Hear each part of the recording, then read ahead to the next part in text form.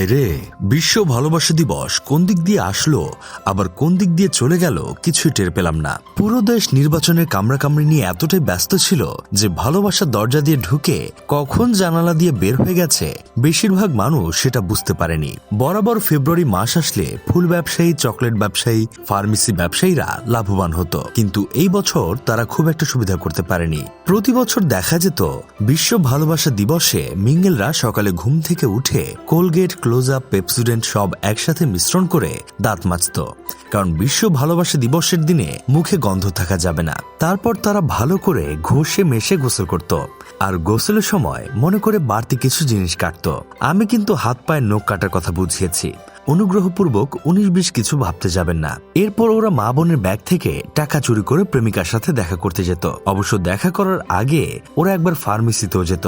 এখন ফার্মেসিতে কেন যেত সেটা আমি আপনি কম বেশি সবাই জানি। গ্যাসের ওষুধ কিনতে যেত, কারণ বিশ্ব ভালোবাসা দিবসে উল্টাপাল্টা অনেক কিছু খাওয়া হয়, তাই মানিব্যাগের চিপায় গ্যাসের ওষুধ রাখাটা জরুরি। সারাদিন আইসক্রিম, ফুচকা, চটপটি খেয়ে দিন শেষে তারা চকলেট আর স্ট্রবেরি নিয়ে দেখা করতে যেত লিটন নামক বন্ধুর বাসায়।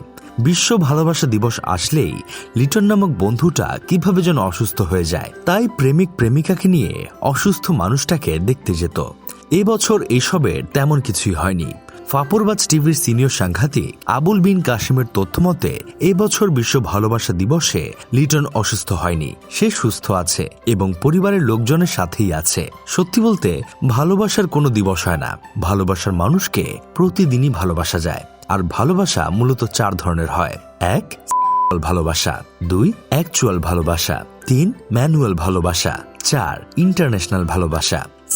ভালোবাসা হইল এক রাতের ভালোবাসা, যেমন ধরুন নির্জন কোনো জায়গায় বৃষ্টিমুখর সন্ধ্যা, চারপাশে নীরবতা আর হালকা বাতাসের ছোঁয়া। সেই আবহে পাশাপাশি বসে আছে সালমান মুক্তাদির আর ওর বেস্ট ফ্রেন্ড জেসিয়া। হঠাৎ বজ্রপাতের শব্দে ভয় পেয়ে একজন আরেকজনকে জড়িয়ে ধরল।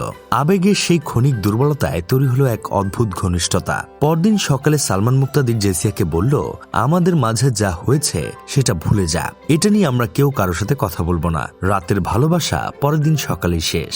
অ্যাকচুয়াল ভালোবাসা হলো সে আমাকে ভালোবাসুক আর না বাসুক, আমি তাকে সারা জীবন ভালোবাসবো।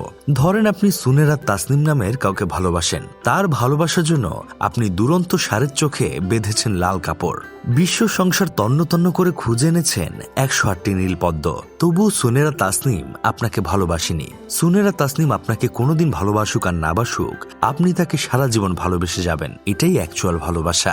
ম্যানুয়াল ভালোবাসা হলো বাপ মা জোর করে যার সাথে বিয়ে করে দেয় তাকে না চাইলেও ভালোবাসতে হয়, এমন অবস্থাকে ম্যানুয়াল ভালোবাসা বলে।